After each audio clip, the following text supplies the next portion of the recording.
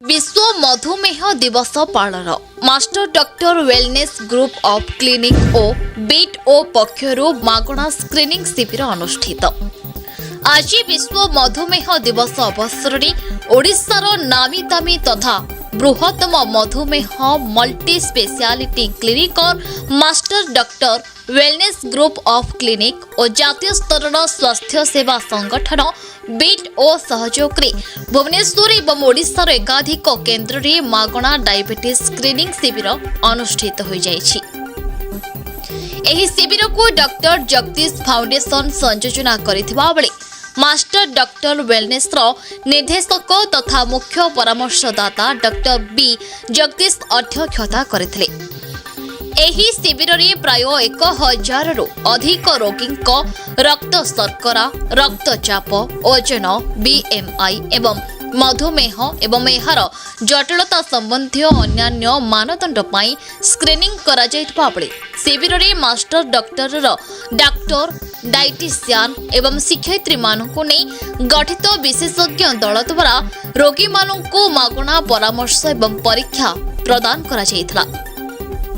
मधुमेह और एहार जटिलतार चिकित्सा 15 वर्षरू अधिक अभिज्ञता थिबा डॉक्टर बी जगदीश कहिसंति जे मधुमेह रक्त शर्करार रोग नहे बरं रक्तनली एवं रक्त संचालनर एक रोग। मधुमेह रोगर मुकाबिला पाई एक 4टी स्तंभ पालन करिवार आवश्यकता उपरे से गुरुत्वारोप करथिले।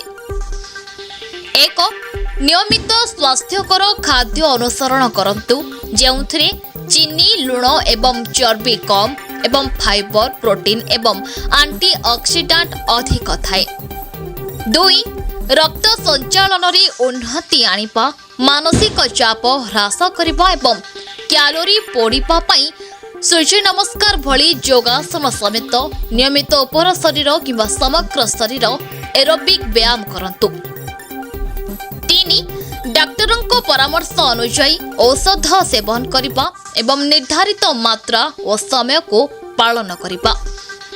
4 रक्त शर्करा स्तर को निरीक्षण करिबा एवं सही अनुसायी चिकित्सा को नियंत्रण करिबा पई नियमित परीक्षा एवं डाक्टरंको परामर्श नियंतु। शिविर गुड़िक सफलतार सह आयोजन करा जायथला एवं अनेक एही कार्यक्रम को प्रशंसा करथिले।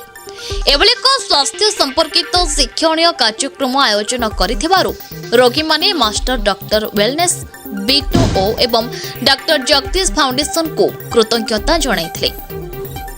भविष्य रे एभली शिविर आयोजन करी ओडिशावासी मध्यरे मधुमेह और एहार प्रतिरोध संपर्क में सचेतनता सृष्टि पाई विभिन्न कार्यक्रम आयोजन करा जिवो बोली आयोजक माने आशा व्यक्त करिसेंती।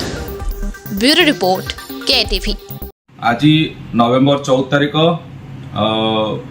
विश्व मधुमेह दिवस रे आमे माने मास्टर डॉक्टर वेलनेस ग्रुप एवं बीट ओ दिल्ली रो नेशनल लेवल संस्था एवं डॉक्टर जगदीश फाउंडेशन रो मिलित सहयोग रे आम माने सारा ओडिशा सारा भुवनेश्वर आपण पश्चिम ओडिशा रे देखिले आमे बरगढ़ बलांगीर बरपाली पदमपुर अंबापाली बिनका टिटलागढ़ ये सबू जगार मिसिकरी आमे डायबिटीज स्क्रीनिंग कैंप ता सहित ओजन माप बीएमआई फैट असेसमेंट विभिन्न जगार ईसीजी मध्य करा जायछि ब्लड प्रेशर मपा जायछि एवं मधुमेह संपर्कित तथ्य मध्य अवेयरनेस प्रोग्राम जरिया रे लोक माननकु जणा जायछि।